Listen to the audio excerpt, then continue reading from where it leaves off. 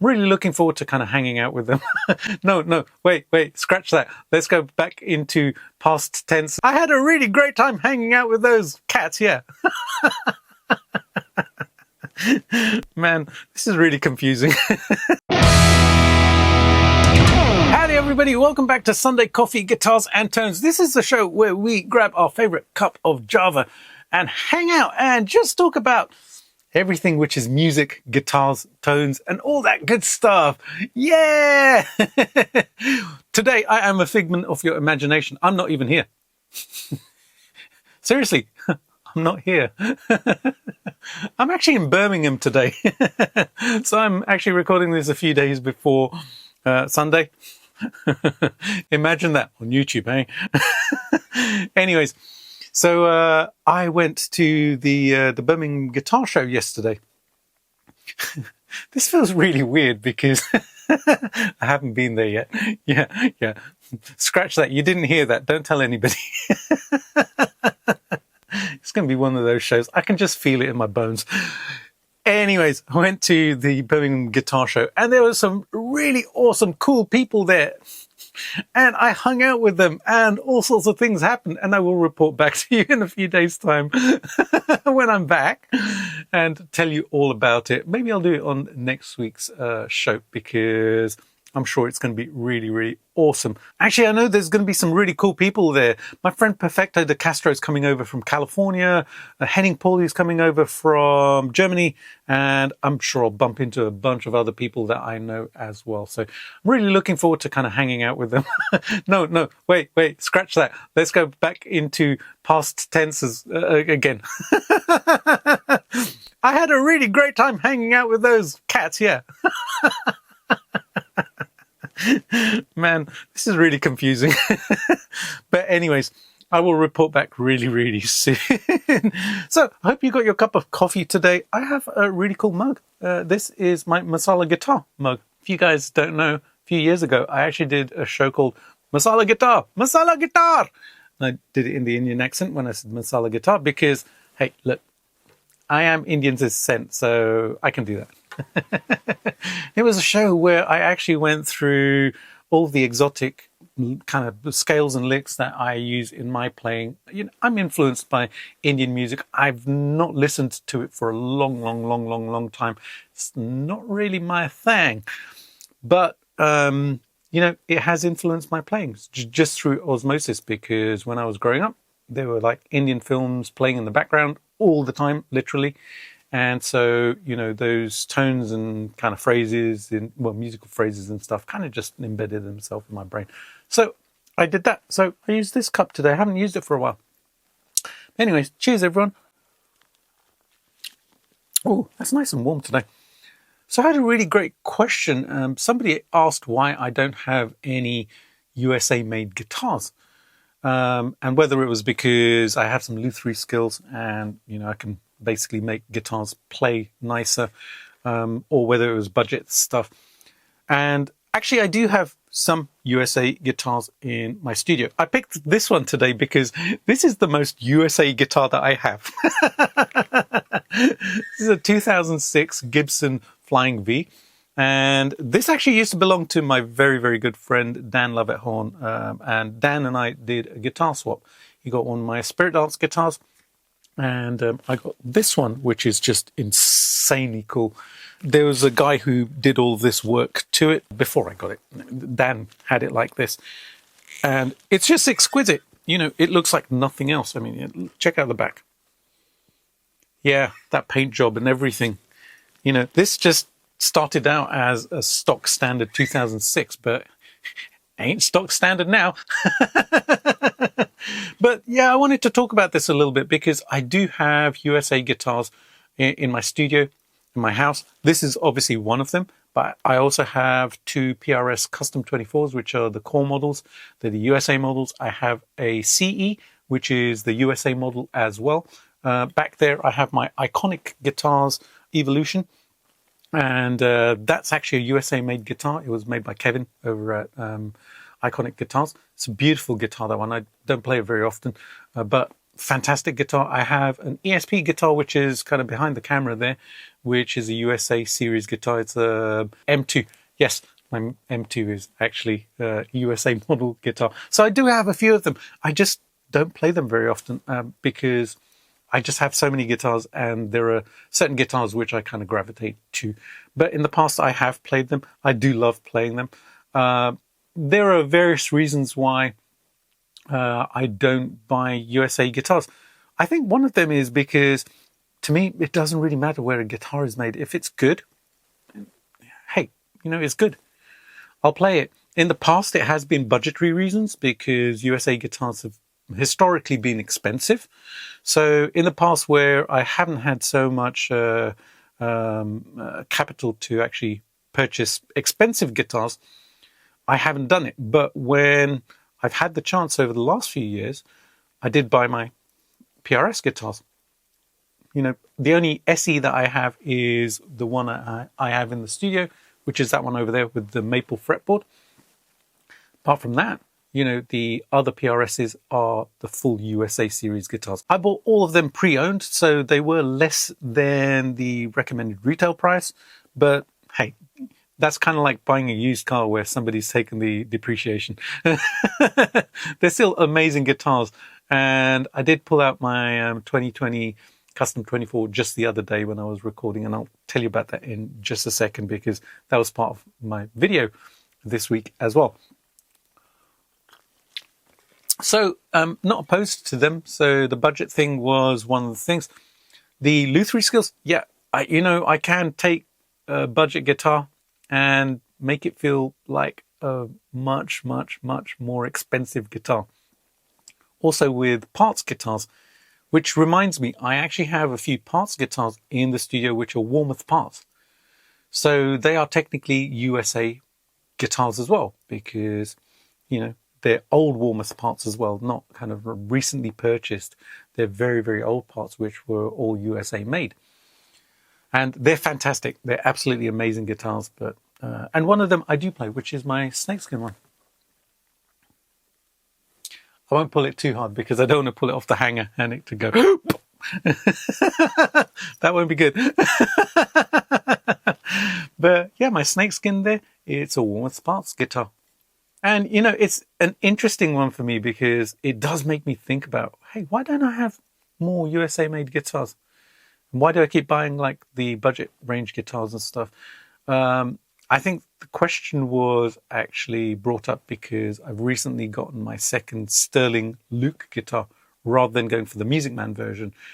I was actually looking at the Music Man version of that guitar. I've played the Music Man version of the guitar. It was exquisite. Was it very different from that one? To be honest, no.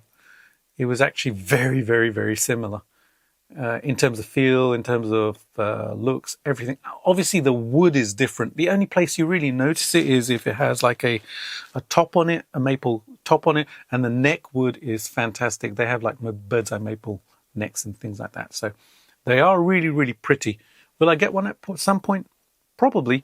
I was actually looking at a Music Man Majesty not too long ago, and I was actually going to drop a couple of $1,000 on one of those because I've wanted one for a long, long time. But the seller didn't get back to me with, answers to questions and things like that, so I kind of had to let that go. But not opposed to it. It's just the way it's worked out for me. Oh, I almost forgot my Washburn N4. That's a USA-made guitar. I actually bought it as parts which had been stripped down and then I restored it and stuff. But at its core, it was made in the USA. And that's a fantastic guitar.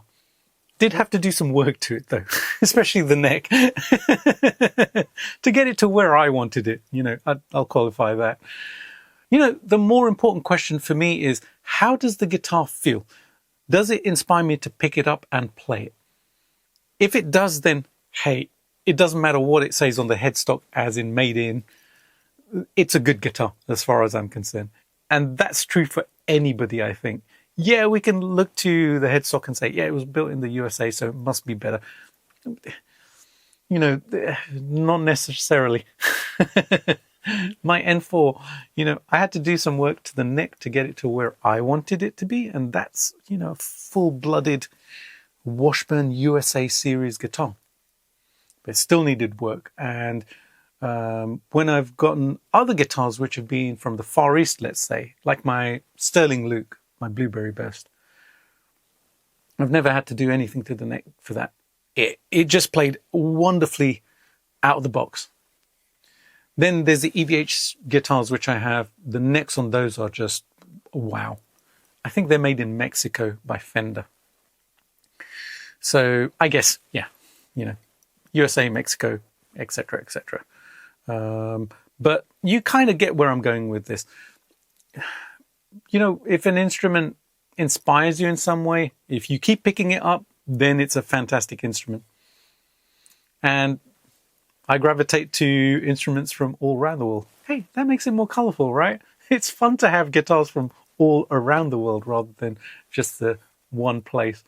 And yeah, there are great luthiers all over the world. America, of course, but also in the UK, in Europe, in the Far East as well. Japan. Yeah, Japan had a thriving market, right? Made in Japan guitars. Now we're talking, right? Anyways, I hope that gives a little bit of insight into my thinking around, you know, USA guitars and guitars from the rest of the world as well. It doesn't really matter to me. Guitar, if it inspires me to pick it up and make some noise, man, that's a good day, right? Which conveniently brings me on to this week's video, where I actually showed you my 5 favorite guitars, which I currently own. Now, I thought this would be really, really, really tricky because I obviously have quite a substantial collection of instruments now. I had to think about that because I know I've been saying guitars very often in this video. So I wanted to come up with something different. I'm going to call them instruments now. Yeah, fancy. So yeah, picking those 5 instruments wasn't as hard as I thought it might be. When I looked around the studio, there were 5 those things which just popped out at me very, very quickly. And you can see the full video. I'll link it somewhere up here if you'd like to go and check it out. But it was so much fun to do, just to pick the 5 that I pick up most often at the moment. Now, this changes from time to time because new guitars come into the studio, they come into my life, and I want to play them.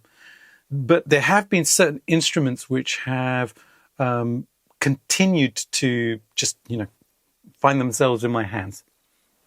And my Sterling Luke, my Blueberry Burst, that one gets played so often. When I think about when I purchased that, I think it was November 2024. As soon as it arrived, I plugged it in. Well, I didn't even plug it in. I just kind of just felt the neck and everything. It just felt so good. Then I plugged it in and it sounded amazing. And I just kept using it and using it and using it. And even though I'd purchased my PRS guitars not too long ago before then, it kind of like took over from them a little bit. And I didn't know at the time that it would dominate my attention because I was so into playing my PRSs at the time. I still am. I love playing those guitars. Every time I plug in my PRS guitars, I absolutely fall in love with them again and again and again. They're just wonderful instruments. But yeah, the Luke, I just keep playing. Similarly with the snakeskin guitar, which I refinished late last year, I just keep playing that one. I love looking at it. I love playing it. It feels so good and it sounds unbelievably good. The Tokai, my Super Strat, my JSR, it's such a lovely, lovely, lovely guitar. And then one of my EVH Stripe Series guitars. Wonderful. That guitar, the neck on it is just unbelievably cool for something which is, you know, I guess it's a mid-priced guitar. I think new they're around $1,000 or something like that, 1,200, whatever it is. It's just an incredibly good neck on those guitars, which is why I just keep playing them and playing them and playing them. Yeah, so it kind of made it easy for me to pick all of that stuff. But it was certainly a fun one to do. I'd absolutely love to know what your top 5 guitars are. So if you haven't seen that video, go and check it out. Or if you want to leave a comment here, let me know as well, because yeah, I would love to know. Alrighty, I'm hanging out in Birmingham at the moment, so I've got to go to dinner now. So I would love to hang more on this wonderful Sunday, but I do have dinner plans. Yeah. And I've got to get to Birmingham. I'm in Brighton right now. I know, I'm a little bit loopy and crazy, and trust me, I haven't got rum or whiskey or anything in my coffee today. All right, gang, have a wonderful Sunday. It is always so much fun to come and hang with you guys. Stay tuned to the channel as well. There's some very, very cool goings on over this coming week also. Trust me, you're going to see some cool stuff for sure. There's a new fractal video coming out on Tuesday, and something else is coming out on Thursday. I don't know what it is right now. It's a surprise for even me. All right, gang, have a wonderful Sunday. So appreciate you tuning in today, and so cool to hang out with you. Enjoy your coffees. I'll see you soon with another one. Bye for now.